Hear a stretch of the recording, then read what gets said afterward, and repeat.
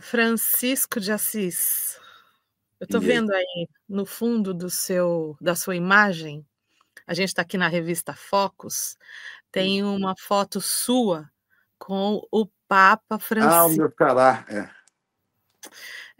Eu não ia começar por religião, porque tem ditados que tem aquele ditado, né, que diz que religião e política a gente não discute, né. Uai, eu só discuto isso. Eu não discuto é futebol. Então vamos começar pela religião. Como é que você tem acompanhado, se você tem acompanhado, o que que você está achando do leão que está ocupando lá o Vaticano? Você tem Não, eu não acompanhado tô, o novo Papa? não tenho acompanhado muito o papado de Leão XIV, não, né? Até porque Uhum, ele tem se manifestado pouco, né? Algumas vezes que ele se manifestou com relação a temas assim que eu considero mais relevantes para o nosso tempo, ele foi, eu acho que foi uma coisa satisfatória, né, para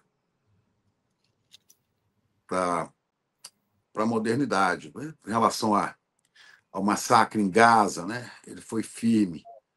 Agora, ele defende, pelo que eu já vi, né? Ele tem,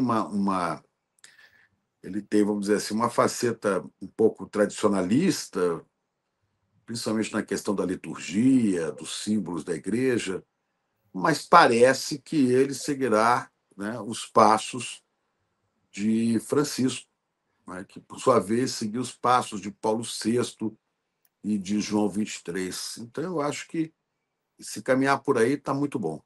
Não sei o que será, porque eu tenho, como eu estou dizendo, eu tenho acompanhado pouco essa questão. Nós temos muito assunto aqui mais candente do nosso lado, né? Tanto no Brasil, com relação às ameaças da democracia, quanto nos Estados Unidos ameaçando o Brasil e o planeta. Então, eu estou mais focado nisso aqui. sim. Chico Pinheiro, sua experiência como jornalista, assim, primeiro quero dizer que é um orgulho enorme tê-lo aqui conosco na Focus. Muito obrigada pelo seu Obrigado, tempo, obrigado a pela sua vocês. disposição. Acho que toda pessoa que entrevista tem você, assim como lá naquele, né, olha, preciso ver o que esse cara está fazendo para eu tentar fazer próximo disso, né. Que Eh, bom. a gente começou com essa questão aí da religião e acho que o veículo que você tá trabalhando, tá atuando, você tem uma parceria, você também é dono do ICL, como é que é isso? Não, não, não. Não. Não, eu sou um membro da família ICL. Não, a gente tem um monte de gente interessada em trabalhar com a informação correta, a informação livre, sobretudo, por isso ICL não tem nenhuma fonte de receita nem publicitária, nem de anunciante, nem de governo, nem de ninguém, são apenas os cursos, as pessoas que se matriculam para fazer os cursos, né? Uhum. Então, é uma experiência de jornalismo livre, realmente livre, até às vezes com alguns conflitos de opiniões, né? Mas é um veículo, naturalmente, de perfil, por ser livre, né? Mais progressista, né? Mais à esquerda mesmo. E, e é uma plataforma de cursos, né? Os cursos e os alunos dos cursos online do ICL é que sustentam a nossa experiência jornalística, onde tem gente muito boa comigo, eu me sinto muito confortável lá. Sem dúvida nenhuma, assim, há uma equipe também admirável de excelentes jornalistas super competentes, é sempre, assim, é bonito ver o que tem acontecido no ICL. E daí, continuando nesse gancho ainda da religião, vocês estão fazendo um trabalho bem interessante de documentários, né? Trazendo, inclusive, esse documentário sobre o Malafaia, é, que também pega o gancho um pouco com o filme da Petra Costa, né? Que foi lançado, que saiu recentemente. Como que é construído isso? Vocês enfim, falar sobre religião ainda é uma necessidade que a gente precisa, ter em conta hoje, nesse Falar momento que a gente sobre vive? religião Ou sobre os religiosos, né, talvez, né? quer dizer, é uma dimensão importante, né, do ser humano, a dimensão espiritual, a dimensão mística, a dimensão da transcendência, é uma dimensão humana, né? Como gosta de dizer meu amigo Frei Beto, né? Até o ateu tem uma religião, que é a negação de um Deus. Eu acho que a gente, essa é a dimensão que o ser humano tem, né, desde que busca entender a sua finitude ou transpor essa finitude. Uhum, E o Brasil, de uma maneira muito particular, né, tem uma influência na sua formação cultural muito forte da religião, né?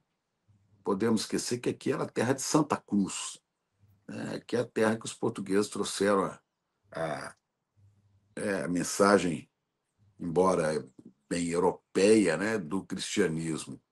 E, a meu ver, em muitos momentos na história, completamente deturpado se você usar como base para balizar isso os textos bíblicos, principalmente os evangelhos e as epístolas do Novo Testamento, ou os Atos dos Apóstolos, que é uma descrição de como viviam os primeiros cristãos. Um dia perguntaram,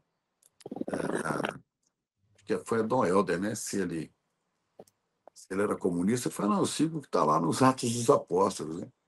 Os cristãos tinham tudo em comum e dividiam seus bens e davam a cada um segundo a sua necessidade. Então, isso é uma mensagem que muitas vezes é apropriada, né, para um discurso comunista mesmo, se você quiser chamar assim. Então, uhum, tem o cristianismo que veio para o Brasil é o cristianismo do opressor, né? Eurocêntrico, do poder divino dos reis, do imperador, e que oprimiu muito, né? Oprimiu sem nenhuma chance, por exemplo, os povos originários, né, que tinham que ser convertidos mais ou menos à força, e os povos que vieram de África, né, os escravizados, que é um absurdo, né? É um absurdo se você é uma contradição se você contemplar isso à luz da mensagem do Evangelho de Jesus. Então, você tem a religião é uma dimensão importante. Agora, no Brasil, ela sempre serviu como Igreja Católica ao poder dominante. E depois, quando a Igreja Católica começou a dar passos mais largos, principalmente depois de João 23, do Concílio Vaticano II, mais largos rumo à questão social, à justiça social, à questão da uma maior igualdade entre os homens, a questão da discussão do lugar do poder, né? Remontando aos princípios evangélicos, né? Quem tem maior poder é aquele que serve mais, uhum, é o servo do Senhor, né? uhum, O servo que tem poder, né? Eu vim para servir, não para ser servido. uhum, Então, quando a Igreja Católica avançou um pouco nisso aí e fez emergir, por exemplo, a chamada teologia da libertação, e começou a conquistar muita gente que se sentia novamente inserida numa mensagem de libertação no sentido integral, política, sobretudo. A gente recebeu, principalmente da matriz, né, norte-americana, estadunidense, os teleevangelistas. Né? Aí uhum, pode lembrar, a Petra fala disso no filme dela, né? O Jim Swaggart, o Billy Graham. Esses caras chegaram e montaram essas coisas estranhas, essas seitas, como a de Malafaia, de Edir Macedo, enfim, todas essas pretensas igrejas, que eu não considero também igrejas, são seitas, né? De uhum. manipulação, de extorsão de dinheiro Sim. de muitas pessoas, usando o medo, o centro de muitas, ou da maioria dessas seitas evangélicas, principalmente as chamadas neopentecostais, não é a figura, né, de Deus encarnado na história através de Jesus. Estou usando aqui a linguagem cristológica mesmo, né? Uhum, Desse que serve, desse que sofre, desse que está junto, caminhando, né? E desse que ajuda no sentido da força da libertação, mas nada disso. Né? Eles colocam no centro da sua fé, embora não digam de maneira tão explícita, é o diabo. Né? uhum, Então é o seguinte: você tem que ver aqui que você tem um custo, sabe? É o diabo que está te jogando para baixo. Então você tem que aderir aqui, botar uma grana, fazer isso, fazer aquilo. porque a gente vai tirar o diabo de você e vai dar tudo certo. Algumas pessoas, como em qualquer grupo, grande grupo de pessoas, algumas pessoas prosperam materialmente.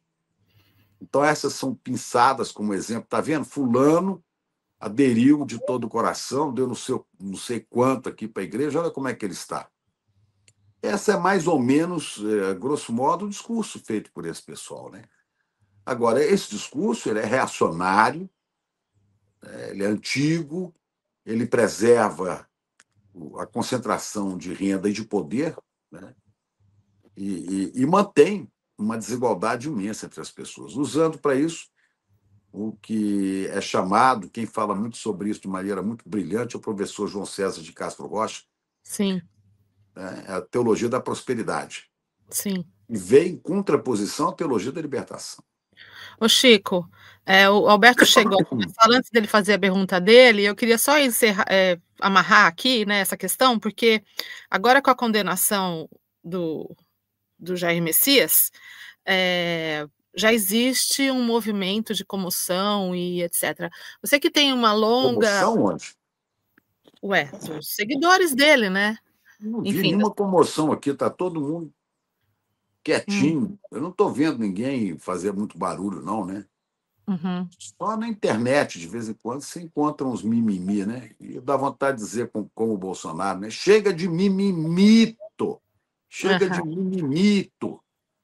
Né? Eu não estou vendo grande comoção, não. Estou vendo o país caminhando. Claro, com riscos para frente, mas riscos, mas livre dessa quadrilha, né? Que queria dar um golpe, um retrocesso absoluto no país. Você já respondeu a minha pergunta, Alberto. Você quer... Muito obrigada por Salve, estar comigo. Alberto! Grande Chico. Chico, Oi, companheiro. tudo bem? Tudo. Estou aqui acompanhando a sua entrevista.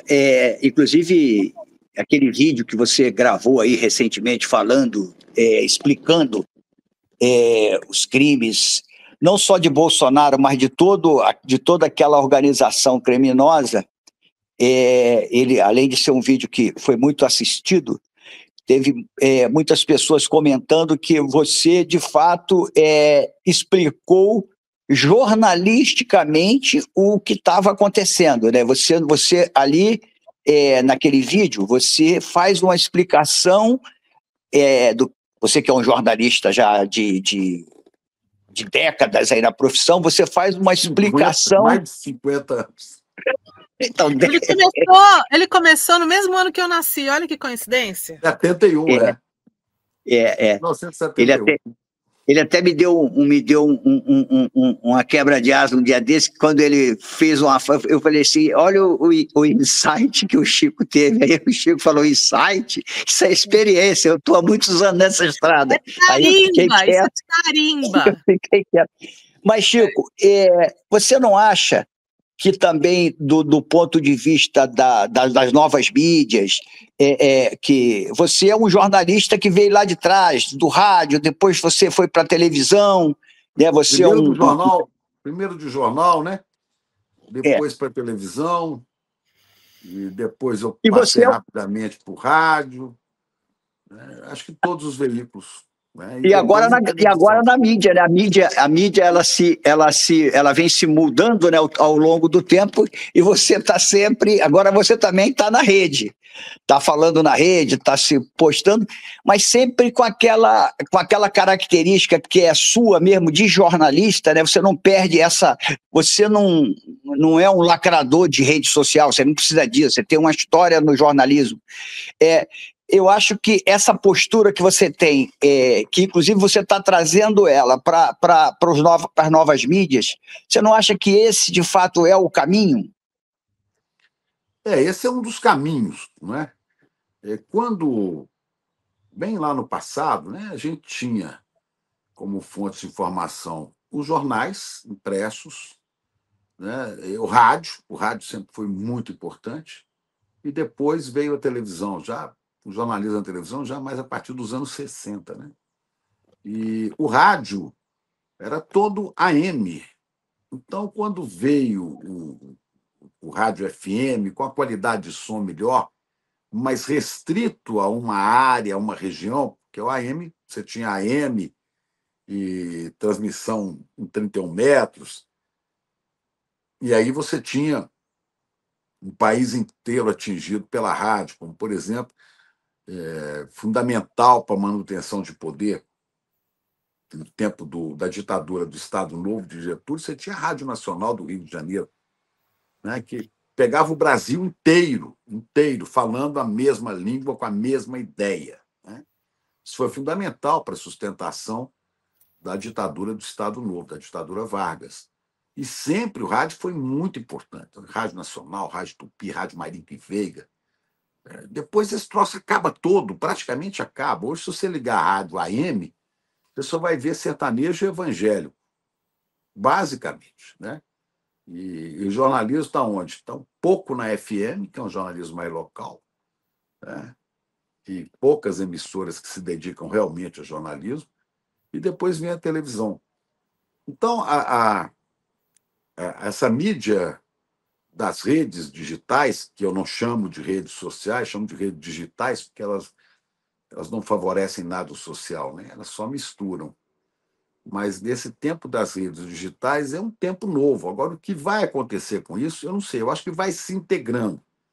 Hoje você já assiste programas de rádio, né, através das redes. Você põe lá no YouTube, por exemplo, um programa do Reinaldo Azevedo, diariamente, né?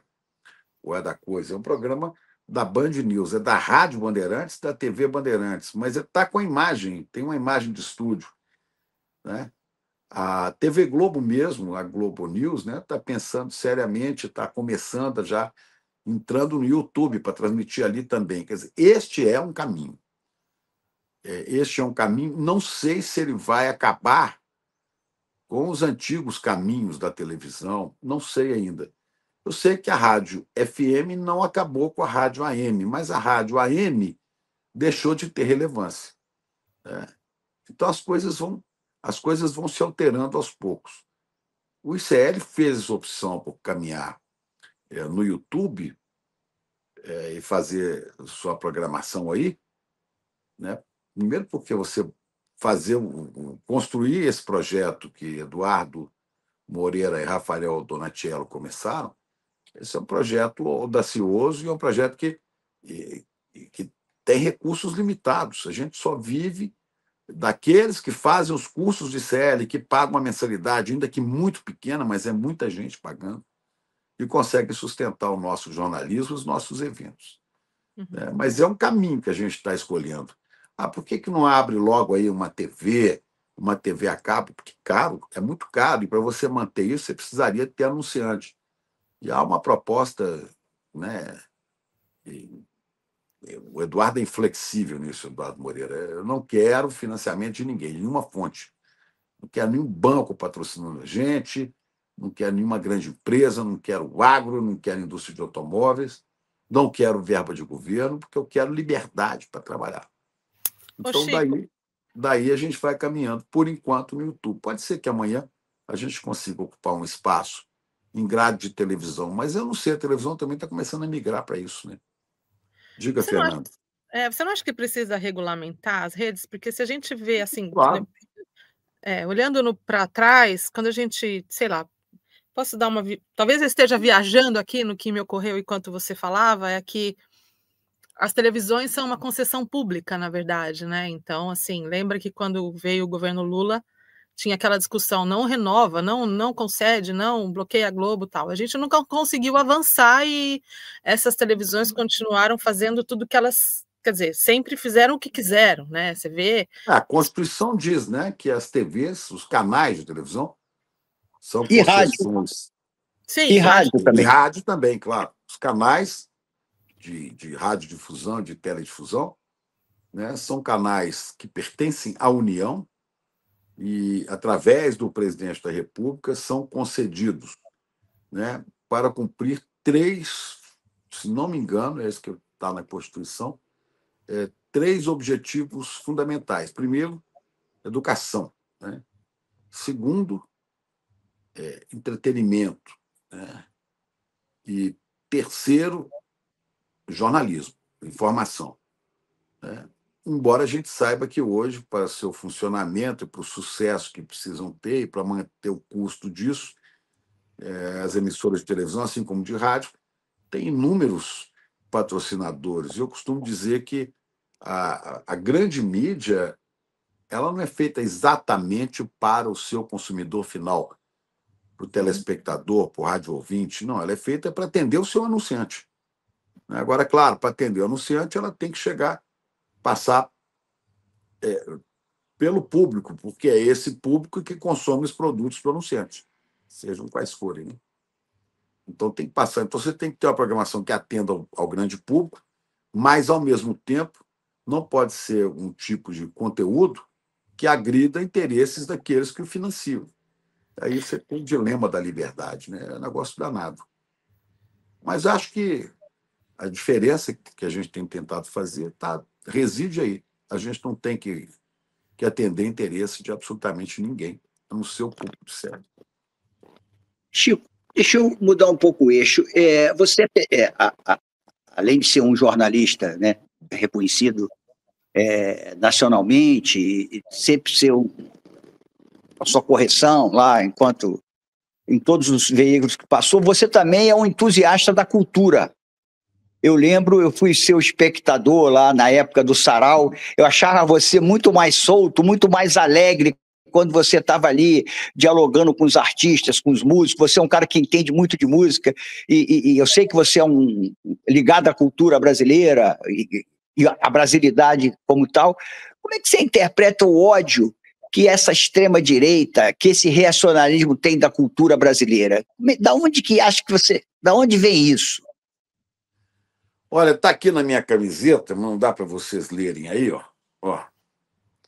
Aí. Só o conhecimento liberta. Isso é uma frase de José Martí, que foi um dos heróis, ou foi o herói da independência de Cuba, né? No final do século XIX. Ele morreu na luta pela libertação de Cuba, que era colônia espanhola. E dizia: só conhecimento liberta.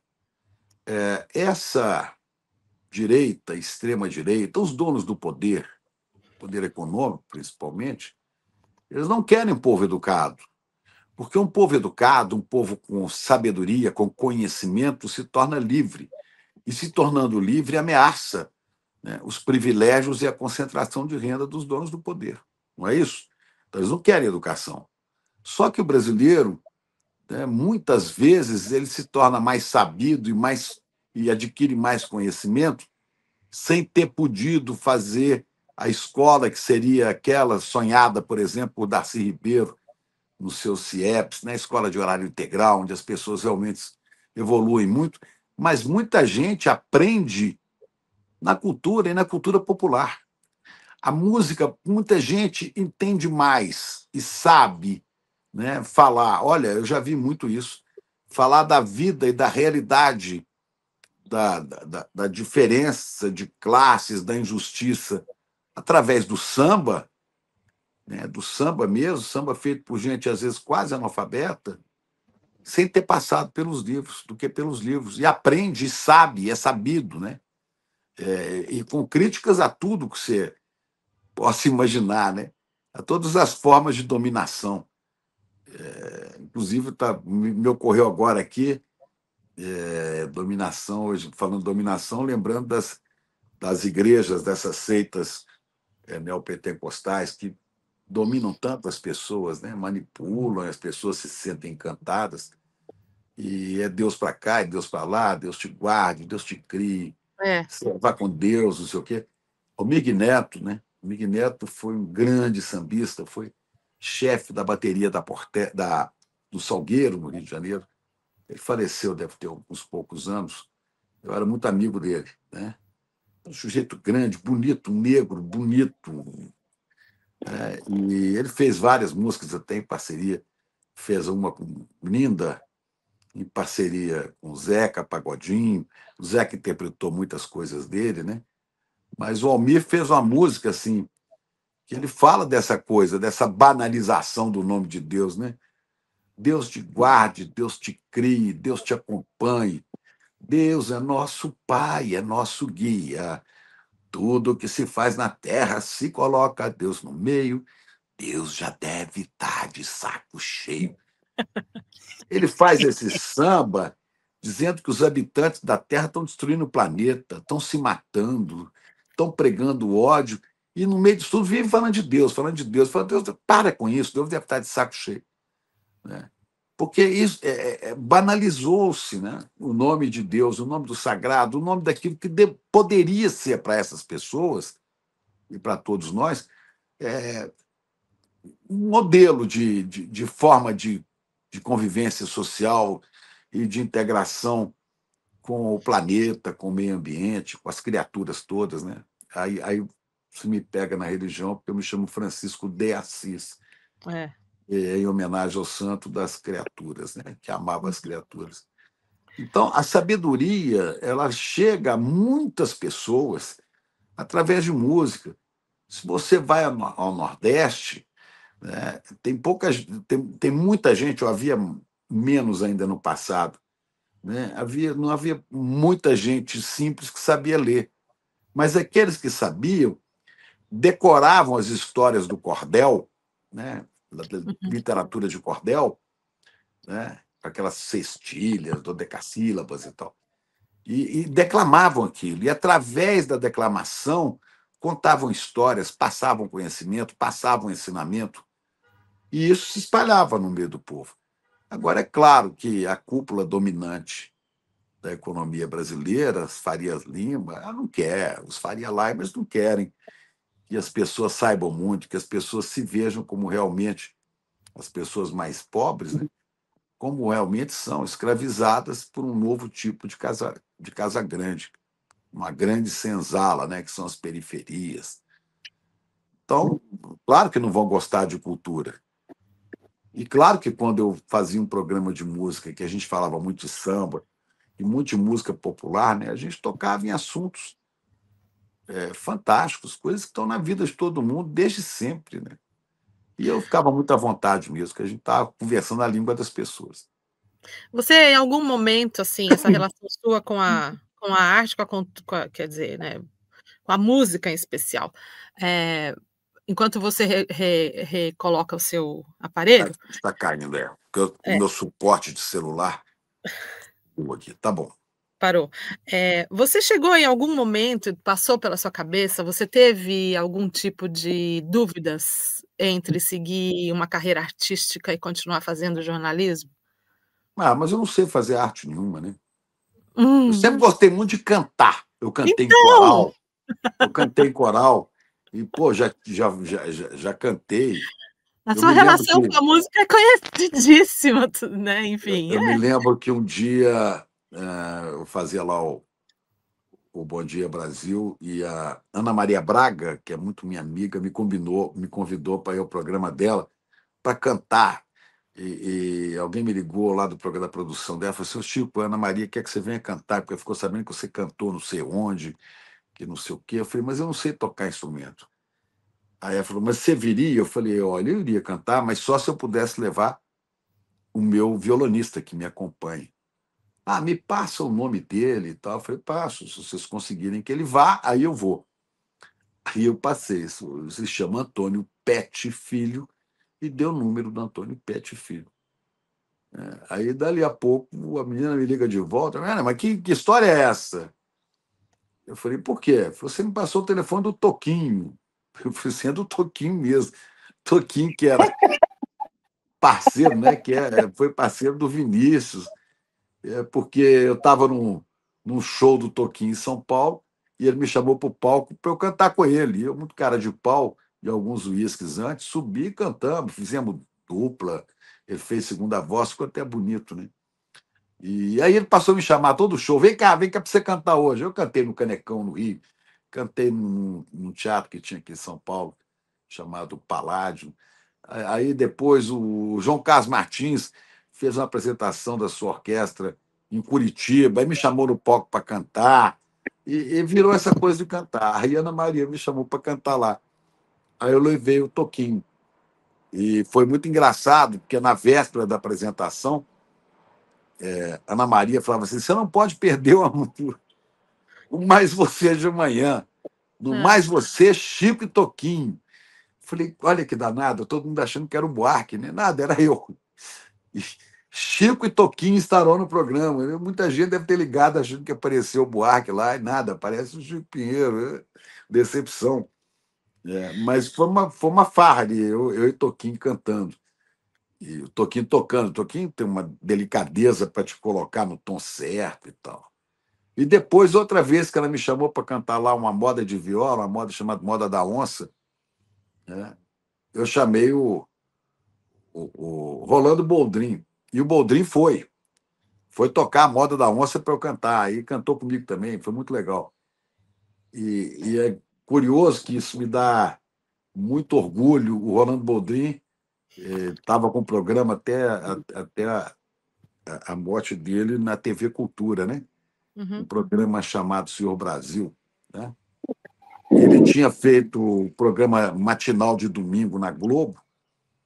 Reza um ditado aqui de onde eu moro, que as mágoas que eu choro são mal pontilhadas, né? É Som Brasil. Depois ele parou, teve um desentendimento com algumas pessoas da direção da Globo, não quis mais, e eu consegui que ele fosse ao programa da Ana Maria para a gente cantar a Moda da Onça. E foi um sucesso tão grande, ele gostou tanto, que aí a gente fez um projeto para ele voltar para a Globo para fazer as manhãs de domingo. E o grande diretor de televisão, Newton Travesso, que era meu amigo, ele desenhou esse projeto. E apresentamos para a Globo. Mas a Globo achou que não cabia mais, porque já tinha lá os amigos sertanejos, sei o quê, que não cabia o Boldrin. O Boldrin não estava querendo voltar, não, mas a gente convenceu que ele deveria voltar. Aí ele não voltou para a Globo, mas, para minha felicidade, basicamente o mesmo projeto ele fez na TV Cultura.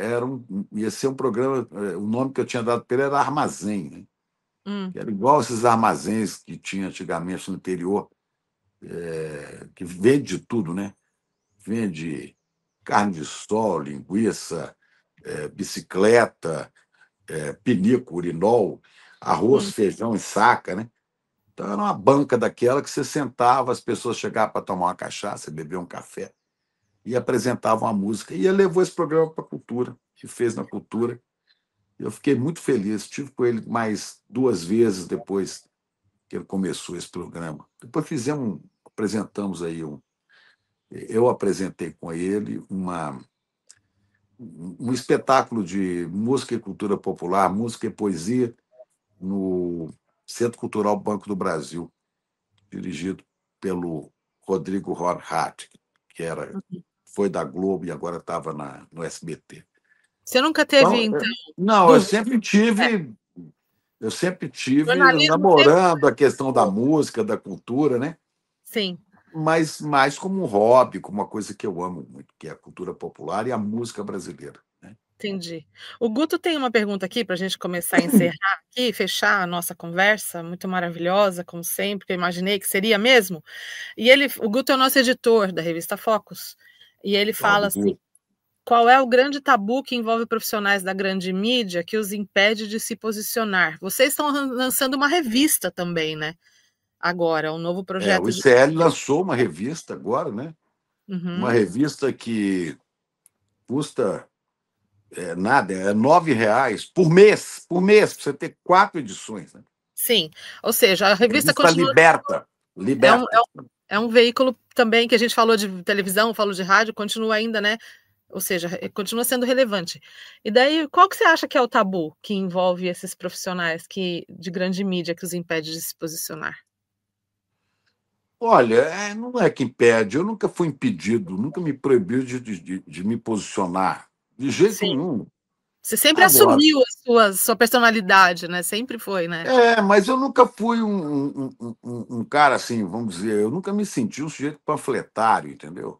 Sim. É claro que, às vezes, por exemplo, participando do Jornal do ICL, né, eu uso de mais veemência e tal, porque a gente tem um público ali, né, que é um público assumidamente progressista, então eu falo a linguagem mais parecida com eles. Na TV Globo nunca me proibiram, tal assunto você não pode falar. Nunca fizeram isso. Mas eu também nunca fui comentarista lá, né? Uhum. Eu era âncora de um jornal e sempre, né, eu não me esqueço que não era a minha posição não era congruente com a da emissora quando começou o processo de impeachment da presidenta Dilma Rousseff. Uhum. E eu falei no estúdio, falei assim, olha, estão preparando um golpe, porque armaram uma comissão, o deputado Eduardo Cunha arrumou uma comissão aí com o Conselho de Ética para examinar as questões da Dilma e ver se abre o processo de impeachment dela. Só que ela está sendo acusada de pedaladas fiscais e que isso seria uma jogada de corrupção. Agora, todos os membros dessa comissão, todos, a partir do senhor Eduardo Cunha, todos estão metidos em acusações suspeitas de corrupção. Então, não vejo nenhuma autoridade moral para julgar uma presidenta por uma coisa que precisa ser estudada, né? A questão da pedalada fiscal. Uhum. Então, o que está acontecendo, o que pode acontecer, não é impeachment, seria um golpe, né? E eu me lembro que isso causou um certo desconforto, porque havia pessoas ao meu lado que estavam no estúdio debatendo aquele momento e que absolutamente não concordavam, achavam que tinha que caçar mesmo, Uhum. ou que estava correto, né? Mas passou, né? Depois eu falei, essa não é a posição editorial da empresa nesse momento. E tudo bem, mas é a minha opinião. Agora eu não vou usar a empresa para dar a minha opinião, né? Uhum. Então eu me abstive a partir dali de fazer esse tipo de denúncia. Eu não era um comentarista, eu era uma pessoa que apresentava as notícias. Agora eu nunca deixei de me manifestar quando havia abusos, né, contra os direitos humanos, né, quando havia abusos de corrupção, tudo isso eu sempre me manifestei. Claro, com uma postura diferente de um apresentador de grande telejornal na maior emissora do país, diferente de você fazer isso para um público, né, que já entende o que acontece, um público majoritariamente progressista. É outra linguagem, né? E a outra coisa, a própria internet já é outro território que comporta outra linguagem. Como mesmo na grande mídia, no tempo que eu estava ali, que é antes até da existência, vamos falar da Globo, né? Antes da Uhum. existência da Globo News, a TV Globo, o jornalismo da TV Globo era muito mais enquadrado, muito mais quadrado mesmo, muito mais fechado, né? A Globo News começou a abrir um pouco. Aí você já tem pessoas que pensam, que dizem o que pensam, né? E você tem bons jornalistas ali manifestando opiniões com a maior liberdade, com grandes liberdades. Então as coisas vão se transformando. Eu acho que é isso aí.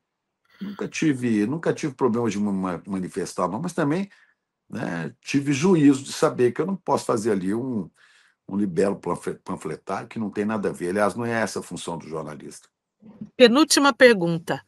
Você tem planos, assim, sua vida está ocupada, eu sei, cheia de coisas e tal. Você já pensou, já cogitou a possibilidade de fazer desenvolver alguma atividade política, assim, diretamente? Começando a me perguntar disso agora, que eu tenho falado muito, né?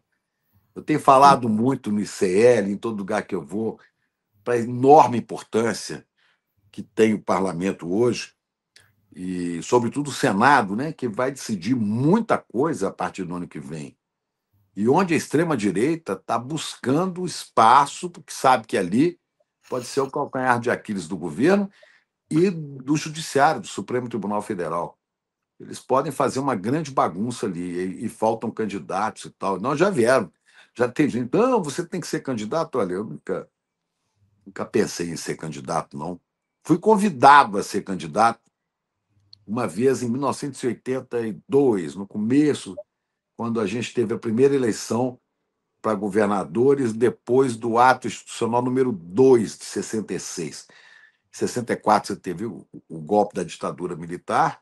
Em 66 a gente teve a eleição do governador, onde ganharam vários governadores, venceram a eleição, governadores de oposição à ditadura, né? Como Negrão de Lima, no Rio de Janeiro, Israel Pinheiro, em Minas Gerais. Vários venceram, e a ditadura, então, acabou com a eleição de governador. Elas voltariam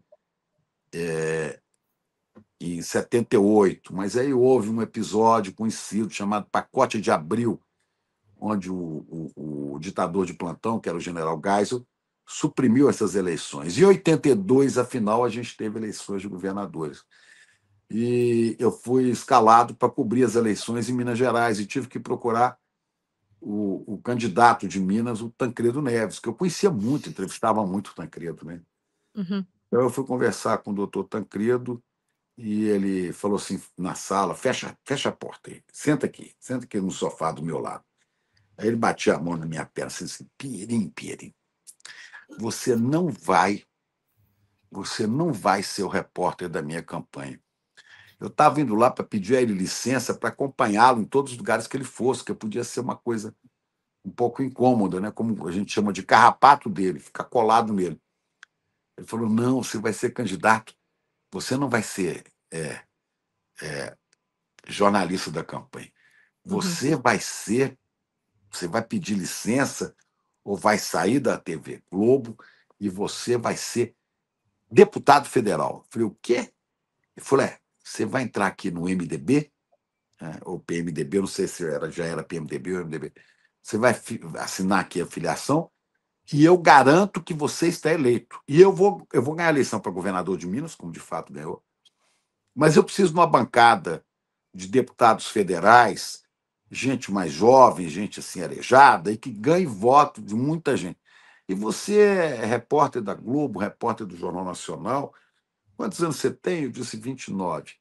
Pois é, está na flor da idade e está eleito. Eu já tenho recurso para fazer a sua campanha, que é muito simples.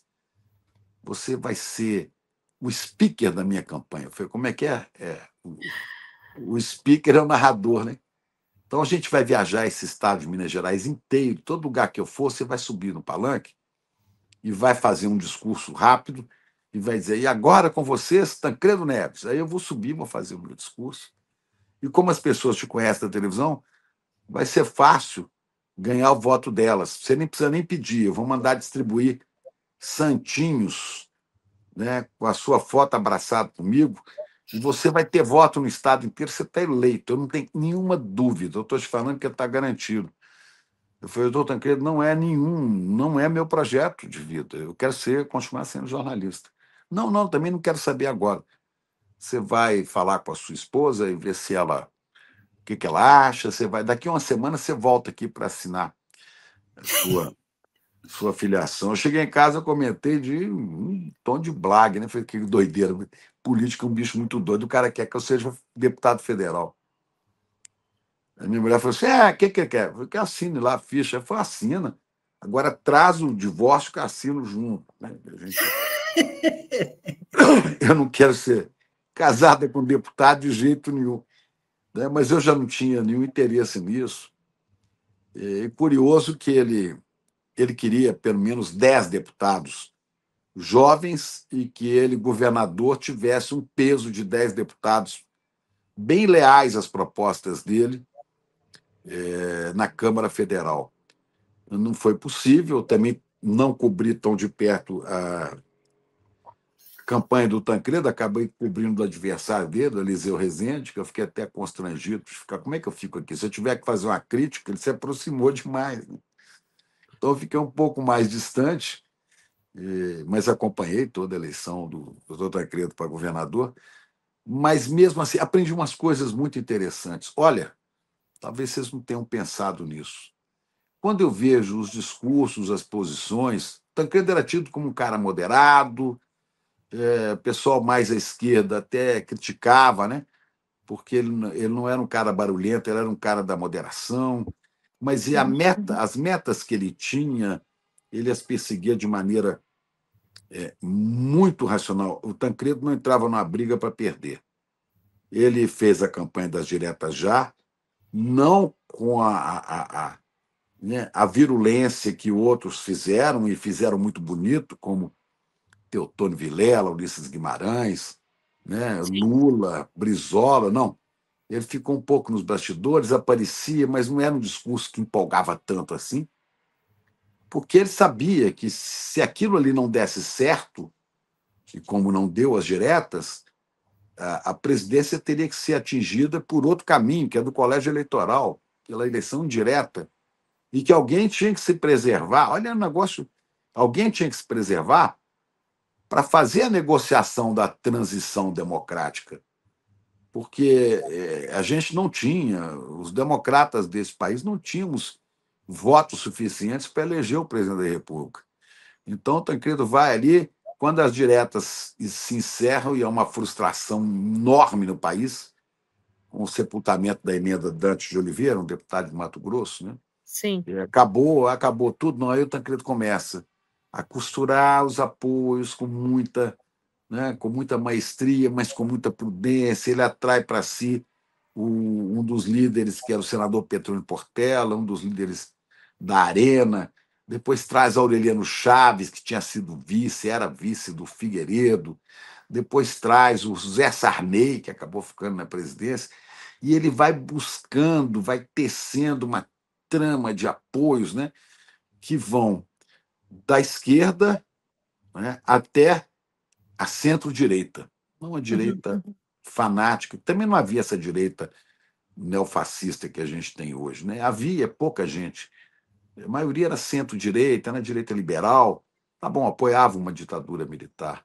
Mas ele buscou ali naquela direita possibilidades, gente com quem se podia dialogar, como o Marco Maciel, Petrônio Portela, Aureliano Chaves, e foi trazendo esse pessoal. E quando a Arena despertou para a disputa no colégio eleitoral, ela estava a direita, aí sim estava em conflitos internos. Havia um candidato que era o Andreasa, Mário Andreasa, que havia sido ministro, havia um candidato que levou no final, havia uns de extrema, né, uns militares, e havia o candidato que acabou levando os votos para se enfrentar, se confrontar com o Tancredo, que era o Paulo Maluf. Maluf, sim. E aí o Tancredo, com esse arranjo de centro, da esquerda até a centro-direita, conseguiu passar. Agora, se você pegar hoje, né, o discurso de posse do Tancredo, que não foi feito, foi escrito, mas não foi lido, porque ele morreu. Ele foi internado na véspera da posse, né? Quando você pegar esse discurso e se você ler esse discurso, olha, você diria assim, esse discurso aqui é do presidente Lula. É impressionante a semelhança, sabe? Do discurso que o Tancredo, do país que o Tancredo pensava em fazer, né? Ele falava de teto para todos, ele falava do combate à fome, ele falava da exploração das riquezas do país por empresas brasileiras, né, de nacionalismo, ele falava de justiça, ele falava... Olha, é um discurso que caberia na boca do Lula perfeitamente. Ô, Chico, Eu acho curioso que a gente nunca prestou atenção nisso, né? O Lula, para chegar ao poder agora, teve que fazer um arranjo que não é o que a gente queria, né? Mas teve que fazer um arranjo considerando partidos né, conservadores, centrão, essa coisa toda, para chegar ao Planalto. Você vai escrever um livro sobre a sua trajetória jornalística? Eu não, ninguém lê livro mais não, sabe? Quem falou? Você está enganado. Não, quem está lendo hoje são alguns intelectuais, pessoas da universidade, as pessoas estão vendo vídeo o dia inteiro. É uma profusão enorme de vídeos, né? Há muitos e muitos vídeos e gravações e coisas, né? E os livros, eu mesmo estou aqui em pilhas de livros que eu não estou conseguindo ler porque eu não acho tempo, né? O livro exige uma concentração maior. Também as pessoas te fazem entrevista, falam que vai durar 40 minutos e dura 55, acontece isso, né? Pois é, eu gravei aqui para aquele, como é que chama? Inteligência Limitada. Deu 4 horas. né? 4 horas de entrevista. É muita história, a gente vai batendo papo e vai levando. Por isso que eu tô Mas dizendo, eu vou escrever livro para contar o quê? Tudo, olha Histórias, só. lendas e narrativas, eu as conto aqui, né? Lendas e narrativas. Agora, livro é para conter coisas fundamentais. Então, eu acho que hoje, por exemplo, né, ao invés de botar mais um livro para a minha vaidade nas prateleiras, já até me ofereceram, se você não está com tempo para escrever tanto, a gente põe alguém para ir redigindo, depois você dá uma forma e a gente publica. Já falaram isso comigo. Eu falei, para quê? Para fazer um lançamento?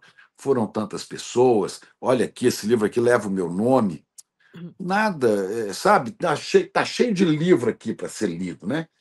Tem livros aqui de história, da história política recente do Brasil, por exemplo, e é uma visão até de dentro do regime da ditadura militar. Tem os fundamentais livros do Gaspari, né? As Ilusões Armadas, são 4, 5 volumes, né? Sim. Então, você tem ali, você tem a quantidade de livros que falam dessa história recente do Brasil, para a gente ler e estudar, né? De gente que se dedicou a isso profundamente, né? Eu vou botar mais um livro para atrapalhar, não. Eu quero que as pessoas leiam os clássicos, né? Eu estava falando com meu filho agora mesmo, né? Eu falei assim, olha, o Supremo Tribunal Federal, o Supremo Tribunal Federal julgou quando tinha que julgar e caminhou e se preparou para isso. Ele falou, por quê? Eu falei, porque ele resolveu encarar o Rubicão e ninguém vai ao Rubicão para pescar. Ele falou, o que é isso? Eu falei, gozado, o Rubicão é um riozinho do norte da Itália, né, que quando as tropas voltavam das campanhas de conquistas de Roma, elas tinham que depor as armas na beira do Rubicão, porque se passasse o Rubicão para dentro da Itália, quando atravessava, era sinal que haveria luta armada pelo poder. E Júlio César foi o Rubicão, atravessou e tomou o poder, né? Que era dividido entre três lideranças. Então eu falei, olha, o Supremo sabia que ninguém vai ao Rubicão para pescar. Tancredo falava isso. Eu vou ao colégio eleitoral, mas eu vou porque é necessário. Eu vou ao Rubicão. Ninguém vai ao Rubicão para pescar. Você vai ao Rubicão para atravessar e para conquistar. Né? O Supremo, estava falando para ele, o Supremo sabe, né, que se chega ao Rubicão para atravessá-lo e obter, né, o resultado necessário. Né? Agora, para isso é preciso o quê? É preciso que você comece a estudar história, é preciso que você leia, né, as histórias de Roma, é preciso que você leia, sabe, tem que ler os clássicos gregos, a Ilíada, a Odisseia, a história de Homero, né, ou Odisseu. Tem tanto de coisa para a gente ler, né, na literatura. Guimarães, Machado de Assis. Aí você tem que ler Guimarães Rosa, você tem que ler Machado de Assis, você tem que ler Érico Veríssimo, você tem que atravessar o oceano, ler o Eça de Queiroz, né? Claro. Portugal, e você tem que ler as memórias, você tem que ler Pedro Nava, que eu aprendi aos 30 anos de idade, eu ganhei um livro do Nava, que são 5 volumes de memórias, né? Grande médico que, segundo muita gente, é o maior memorialista da língua portuguesa, né? E só comparável ao Proust, né? Em busca do tempo perdido. Então tem um monte de coisa para você ler, tem uma quantidade enorme, né, de literatura importante, divertida, instigante, que te ensina. Agora, Chico Pinheiro vai botar um livro aí para poder Francisco de atrapalhar? Assis Pinheiro só tem um, não tem outro, não tem cópia. Aí eu quero te fazer a última Mas aí pergunta. eu não vou ter a importância desse pessoal, nem tenho, esse pessoal tem muito mais a dizer do que eu. Então eu vou falando aqui, porque quem começar a assistir e chegar até aqui terá descoberto muitas vezes que tem muita coisa. Tem muita Sim. coisa aqui. Está aqui Nelson Werneck Sodré, está aqui outra. Fala para mim uma coisa, para a gente História fechar. da imprensa no Brasil. Olha, negócio Nelson genial. Werneck Sodré. Grande Nelson Werneck Sodré. Tá aqui, eu estou vendo aqui que está ao meu lado. Aqui. Sim. Que, inclusive, era um general, né? Era um general progressista, Nelson Werneck Sodré.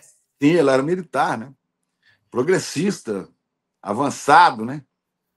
Mas bom, já que você não vai escrever um livro para poder contar para a gente as suas histórias... Depois junta os vídeos todos e alguém transforma isso em livro, não sei para quê. Eu queria que você dissesse para a gente o que é que faz uma entrevista ser uma boa entrevista. Bom, faz o tanto de verdade que ela contiver, né? E as novidades, né? E o que faz a entrevista ser boa entrevista é ela ser vista na hora certa por quem está interessado. Fala, oh, eu gostei de ouvir isso. Né? Sei não. Eu não sou entrevistado, é raro, né? Eu sou mais entrevistador. O que faz a entrevista ser boa entrevista é quem faz a entrevista fazer perguntas certas que demandam resposta. Né? Chico, só para encerrar, você é um veterano, como foi falado aqui, da imprensa, do jornal, do rádio, da televisão, acompanhou os principais momentos do país na travessia da ditadura, ainda na ditadura, e da ditadura para a democracia, e depois você mesmo historiou aí a eleição de Tancredo, que foi o início do processo democrático, e agora uma tentativa de golpe de Estado que foi punida exemplarmente. Pela primeira vez na história. Hein? Você é otimista com o futuro do nosso país? Olha, eu acho que foi o Ariano Suassuna, sabe? Que perguntaram se ele era otimista ou pessimista, e ele, acho que foi ele mesmo, que falou assim, não, eu não sou nenhuma coisa, não, eu sou um realista. Agora, um realista esperançoso. Um realista esperançoso, entendeu? E toda vez que eu falo de esperançoso, né, que é a condição daquele que tem esperança, eu me lembro imediatamente de Paulo Freire, né? Eu sou esperançoso, porque eu tenho esperança, mas tenho esperança do verbo esperançar. Esperançar não é ficar sentado esperando a banda passar. Não, esperançar é você, ao mesmo tempo que confia no resultado da ação dos homens na história, dos homens e das mulheres na história, você trabalha para que as coisas aconteçam. O esperançar exige uma postura ativa, não passiva. Esperançar exige uma postura de propostas, né? Então, eu sou, nesse sentido, um realista esperançoso. Né? Eu tenho esperança e eu luto para isso. Do meu tamanhozinho de luta, é uma luta pequena, uma luta dentro da comunicação, mas junto a mim tem muita gente, ombro a ombro, na mesma luta. Aliás, tem um poema lindo do Drummond que fala disso, né? Do sentimento do mundo. Né? Olha, os meus colegas estão todos taciturnos, né? Diante desses tempos difíceis, mas nutrem comigo grandes esperanças. Né? Então ele fala disso. Vamos, não nos afastemos, vamos juntos, de mãos dadas. Então é isso, eu me sinto de mãos dadas, a minha turma do ICL, com vocês, da Focus, da Fundação Perseu Abramo, com todos os progressistas e sonhadores desse país. Vamos aqui, um projeto de Brasil no qual nós acreditamos. Nós acreditamos isso, os progressistas, a esquerda, né, verdadeira, ela acredita num projeto de país. Um projeto de país onde há respeito aos direitos humanos, um projeto de país mais igualitário, um projeto de país onde as riquezas são exploradas com respeito ao meio ambiente, com respeito ao solo, né? Um projeto de país onde existe a soberania e onde exista o diálogo. Esse é o projeto que a gente acredita. É nesse projeto que eu deposito a minha esperança, que eu exerço o verbo esperançar. Porque a direita não tem nenhum projeto. A direita, como disse esses dias o deputado Ivan Valente, né, ela fica esperando um aventureiro passar para pescar esse aventureiro e colocar no poder. Assim ela fez com Collor, assim ela fez com Jair Bolsonaro. Né? Ela pesca e põe no poder para quê? O que a direita quer o poder? Para manter seus privilégios, para continuar explorando as pessoas, para continuar sugando o máximo que pode do meio ambiente, do país, né? Para acumular, para acumular, para acumular. Mas para quê? Olha aqui, caixão não tem gaveta, né? Pois é. Chega de mimimi, né? Chega de mito. Valeu, Mimimi. Chico. Muito obrigada, viu? Que honra. Obrigado, Fernanda. Obrigado a vocês Obrigado, Alberto. E obrigado a vocês que tiveram paciência de ouvir isso até agora. Se você quem já desligou antes, eu não tenho nem que agradecer, que eles não vão ouvir, né? Bom, para mim... Abreijos. Valeu, Chico. Valeu, um abração.